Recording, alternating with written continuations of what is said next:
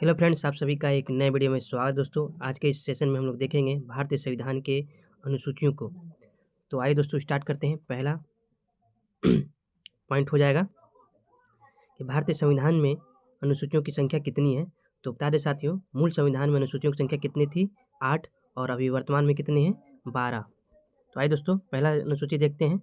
भारत के संविधान में कुल अनुसूचियों की संख्या 12 है, जिसमें पहला अनुसूची हो जाएगा। पहली अनुसूची भारत के राज्य व केंद्र शासित प्रदेशों की सूची, यानी राज्य और केंद्र शासित प्रदेश कितने हैं, ये आपको भारत में किस अनुसूची में मिले? पहली अनुसूची में। तो वर्तमान बता दें साथियों, 28 राज्य और 8 केंद्र शासित प्रदेश हैं, जो कि पहली अनुसूची में आपको देखने के लिए मिलेगा। यदि भारत के संविधान में एक नई राज्य का निर्माण किया जाए तो किस अनुसूची में संशोधन करना होगा साथियों? पहली अनुसूची में। यदि राज्यों का गठन होगा या नाम बदलना होता है तो इस प्रकार का असर किस अनुसूची में? पहली अनुसूची में आपको देखने के लिए मिलेगा।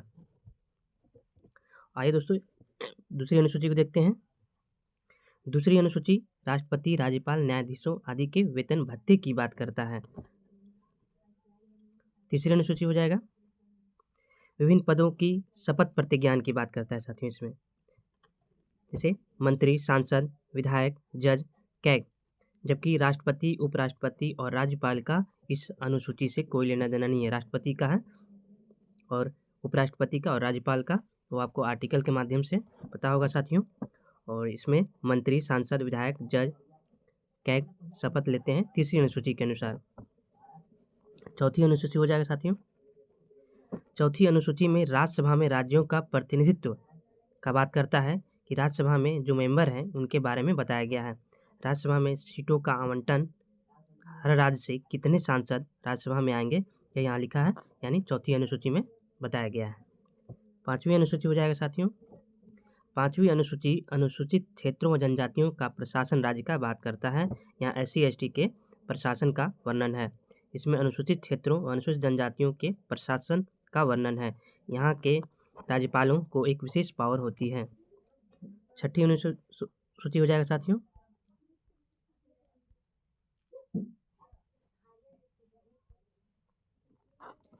छठी अनुसूची आपका जनजातीय क्षेत्रों का प्रशासन असम, मेघालय, त्रिपुरा, मिजोरम, यानी असम, त्रिपुरा, मेघालय, मिजोरम में जनजातीय प्रशासन की बात करता है। सातवीं अनुसूची हो जाएगा कि संघ सूची, राज सूची, समवर्ती सूची, यानी सूचियों की बात करता है आपका, यानी शक्तियों का बंटवारा, यानी कानून का निर्माण। संघ सूची, राज सूची, समवर्ती सूची, ये आपको तीनों सूची सातवीं अनुसूची में मिलेगा। आठवीं अनुसूची हो जाएगा साथियों। आठवीं अनुसूची में भारत की मान्यता प्राप्त भाषाएं, यानी भाषाओं का उल्लेख से पूछा जाएगा कि भाषाओं का उल्लेख किस अनुसूची में? आठवीं अनुसूची में। तो बता दें साथियों, मूल संविधान में 14 भाषाएं थी, जबकि वर्तमान में कितनी भाषाएं हैं? आठवीं अनुसूची में 22। लेकिन मूल संविधान में 14 थी, तो ये संशोधित कर जोड़ा गया, इसमें 8 और हो गया टोटल कितना? 22 भाषाएं। वर्तमान में आठवीं अनुसूची में 22 भाषाएं हैं। नौवीं अनुसूची साथियों।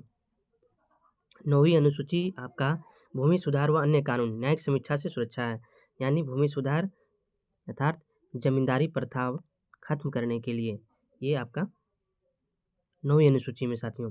फर्स्ट संविधान संशोधन 1951, नौवीं अनुसूची जो है मूल संविधान में 8वीं अनुसूची था, जो कि 9वां अनुसूची फर्स्ट संविधान संशोधन 1951 में जोड़ा गया। 10वीं अनुसूची हो जाएगा दल बदल विरोधी कानून। दल बदल विरोधी कानून ये अनुसूची 10वीं अनुसूची आपका 52वां संविधान संशोधन 1985 में जोड़ा गया, जिसमें राजीव गांधी प्रधानमंत्री थे। 11वां अनुसूची हो जाएगा साथियों पंचायती राज के से संबंधित, पंचायती राज से संबंधित है आपका पंचायतों के विषय, यह आपका जोड़ा गया था 73वां संविधान संशोधन। पंचायती राज में साथियों बता दें 29 विषय हैं। 12वीं अनुसूची जो कि अंतिम अनुसूची है, 12वीं अनुसूची साथियों नगर पालिका, नगर निकाय से संबंधित है। ये 74वां संविधान संशोधन के द्वारा जोड़ा गया, इसमें कुल 18 विषय है। तो साथियों यही एक छोटा सा वीडियो था, तो आपको कैसा लगा कमेंट में जरूर बताइएगा, थोड़ा सपोर्ट करिएगा साथियों। ऐसे ही नेक्स्ट टॉपिक के लिए मिलते हैं नेक्स्ट वीडियो में।